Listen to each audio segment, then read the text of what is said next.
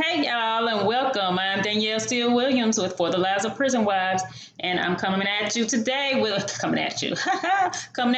something different. I'm doing a reaction video. This is my very first reaction video. We have so much going on today in the world, and especially right here in our country with the Black Lives Matter movement. And we all know that the George Floyd murder is what initiated this movement, although we've had several people, African Americans, that have gotten killed by officers. This has been by far the largest reaction and movement that has taken place, during this time because of George Floyd's death, or shall I say murder, because that's exactly what it was. So today's reaction video is not about George Floyd, but it's about someone else that got murdered after George Floyd. Like, who thought this would even take place during the Black Lives Matter movement, but it did. So I want to do a reaction video on Rayshard Brooks. And let's get started.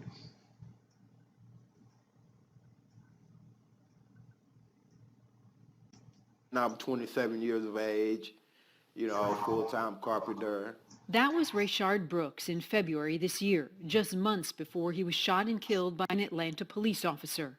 I've always been the type of person to, if you do some things that's wrong, you pay your debts to society. Brooks shared his story about navigating the criminal justice system with a group called Reconnect. Well, I just feel like some of the system could, look at us as individuals. We do have lives, it's just a mistake we made. He said a lot right there. First of all, he's 27 years old. He's incarcerated, like a lot of our African American males. And he said he just wanted to pay his debt to society. When you have people going to prison, that's the one thing that they're doing. They're paying their debt to society. So why is it when they come from prison, they still have, how do you still have a debt when you've paid it? What you owed was paid by doing your time. And now you're out and you still owe. How is that?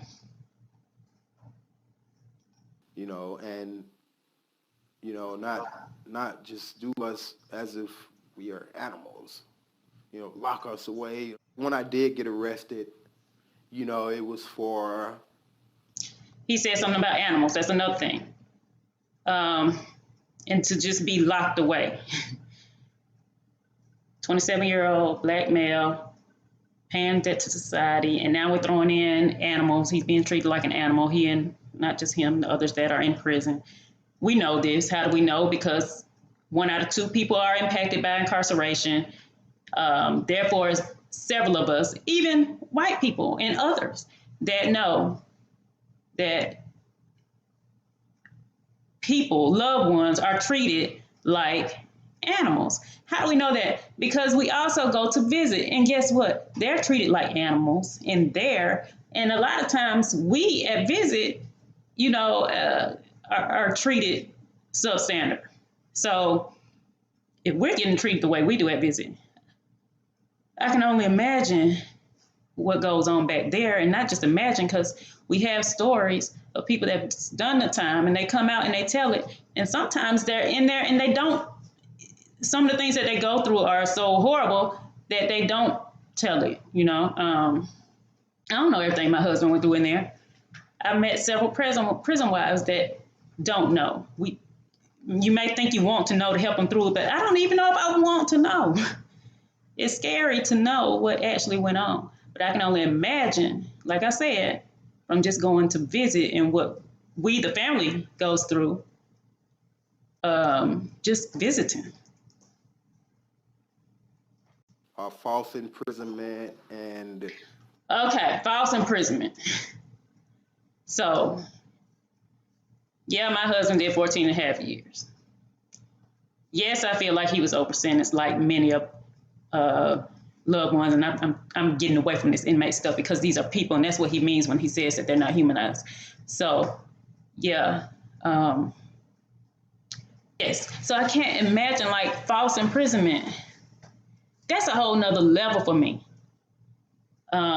Just watching, if you haven't watched Just Mercy, go watch it. Just Mercy shows the real life of someone that's been imprisoned innocently. I can't imagine as a family member having someone that's incarcerated and you know, and they know, and the person that puts them, told whatever lie they told, or the prosecutor knows, all these people know that this person is innocent. The officers who falsified information or however the person got in there, they know that they're innocent. I can't imagine having to go day to day to day to day, knowing, days to months to years, and we're talking 30, 40, sometimes life, sometimes death, because no one wants to come out with the truth. So you have people innocently incarcerated. So that's their lives. That's their families' lives that you've broken apart. Then you have to worry about them coming out mentally sane, and think about those, for example, on Just Mercy, that are in prison and on death row. Death row, innocently. It happens, it's happening, and it's happening too much. But this is not his situation, but since he touched on it, I just, had to share my thoughts. and financial credit card fraud. I got sentenced to do 1 year in prison. When he got out, Brooks had no money, no car, and a mountain of debt. For one individual to try to deal with all of these things at one point in time is just impossible. You have court costs, probation, just a lot of, you would have to have a lot of money. And I'm fresh out of jail. Fresh out. Now you have to start all the way over. There were times where I would wonder, like, how do people end up going back to prison? But this is how they go back. He's fresh out. He got court costs, other fees. You got to pay some kind of way. You have to pay to live. I know with federal, you go to the halfway house. You still have to pay money to the halfway house. In addition, that money's taken out of your gross pay. And you're trying to make it. You're trying to live. You've missed your whole life. You missed a big chunk of your life, and now you got to get back out there with nothing. Plus, you have a record.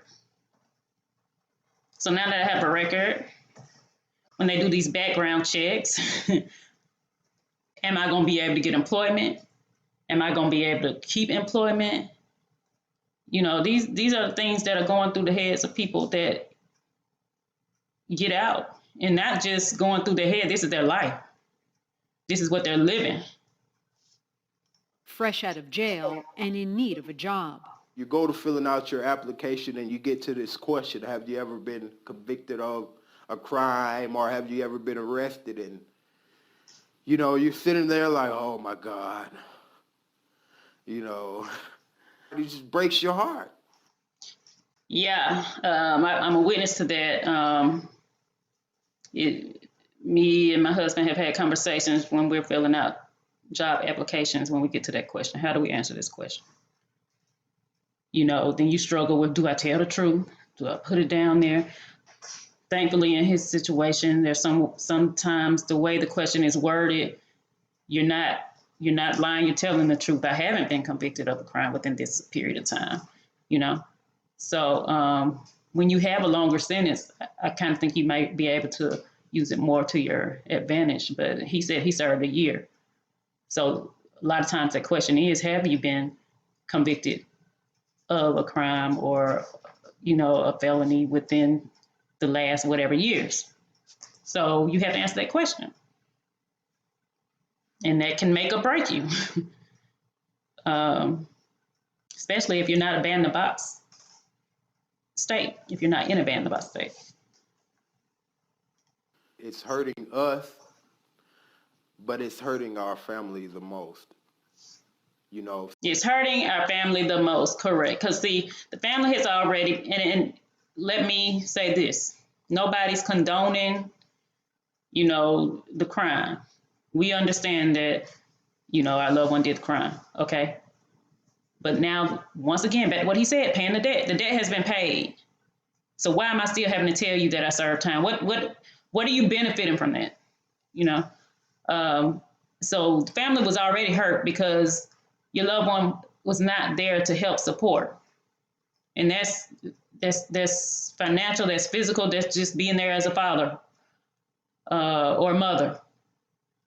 So now I'm out here and I'm supposed to have an opportunity to support my family. And I still might not be able to support because I got to put this on my job application and I might not get hired. You may not want to give me a second chance. so as we go through these trials and tribulations, we made mistakes. And it just causes our kids to be angry inside, and that's a hard feeling to stomach. Yeah, so no matter what, yes, you have fathers in prison, you have mothers in prison, and they're there because of the choices they made. There's no way to get around that. It is what it is. However, you have the children out here that are upset because I've even talked to my children. I've even talked to my bonus children and have had to explain what we don't understand and what society doesn't look at, what the court system doesn't look at, what the judges don't look at. They just look at the surface. We just judge from the outside. We're not looking at the depth. We're just surface seers. We're not seeing what lies beneath. What led this person to do the things that they do? So when I talk to my children, my husband was incarcerated. That's what it's about. You don't know why the decision was made. Not saying the decision was right, but let me tell you, this is the things that unfolded in this person's life. Everybody has a story.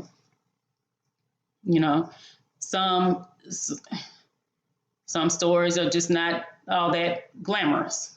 So until we start looking beneath the surface, it's no way to correct. It's no way to change the surface. You can't do it. We're just looking on the outside. We got to change from the inside out. Like they say, a wound heals from inside out. All of this, Brooks says, impacted his mental health. Oh boy, mental health. So like we said, the wound heals from the inside out. That's the wound. That's the physical part, right? What about the mental part? And those things go hand in hand. And we're talking about rehabilitation. Where is the rehabilitation that's taking place? You don't know what people go through when they go in this system. Are they being rehabilitated? Are they dealing with the mind things that put them in there in the first place?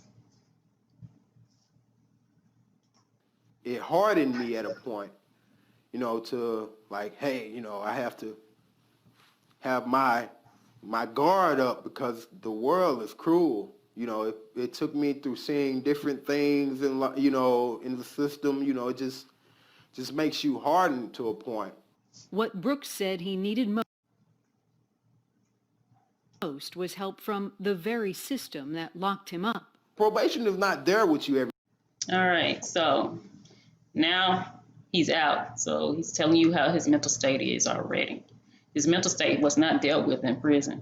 Again, nobody rehabilitated him. Nobody, the system didn't have anything in place. It says it does, for paper, but technically there's no real programs that rehabilitate.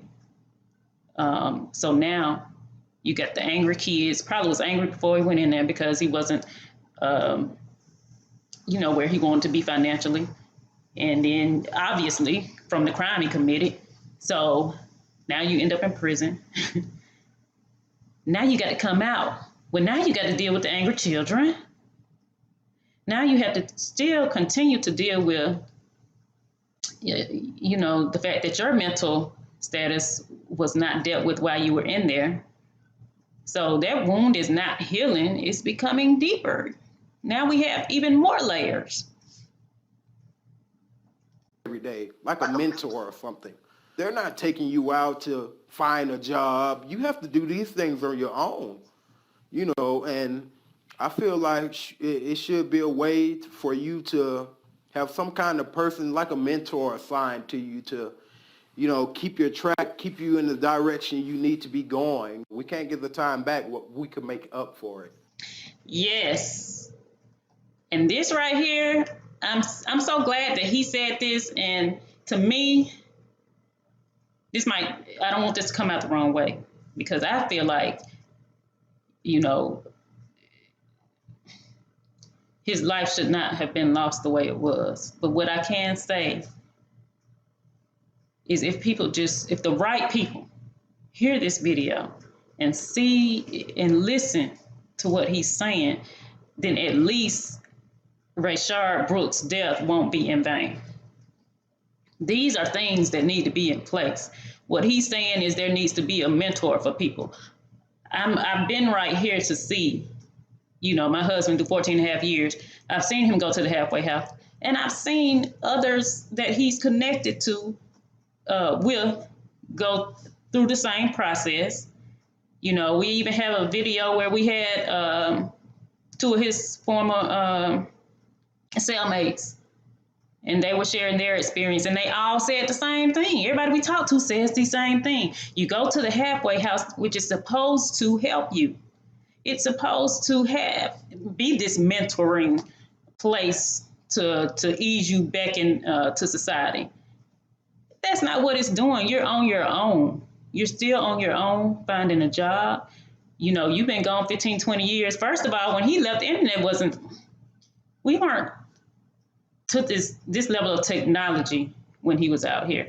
So now you got them coming out faced with being, what's the word I'm looking for? Technologically challenged, okay? So they have to learn the internet, they have to learn how to use these phones. They have to now learn it, like my husband is realizing, like, he's used to applying for jobs and being able to show up and talk to the person. Let me go in there and fill out an application. It don't work like that no more. Get on the computer and apply. Okay, but now I have all these gaps I got to tell these people about. I got to figure out something. So we figured it out. We know what to do. We use our skills, and this is what I did this year. But the fact that no one's there to teach you along the way. If you have family, that's how you learn. But there are people out that are coming out without anybody. Some of them have been gone so long, they've lost everybody. So what do you think is going to happen? And I forgot that he mentioned probation. That in itself.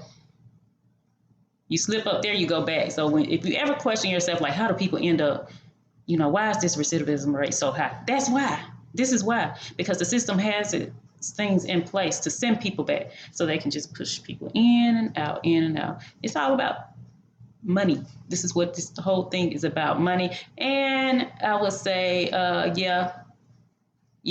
for those of you who think systemic racism is not real, it's real. This is an example of it being real. And I'll get on the other part I was going to say later. Not today. I can't. So I'm trying. I'm not the type of person to give up. And I'm going to keep going until I make it to where I want to be. Randy Kay, CNN, West Palm Beach, Florida. Now I'm 20.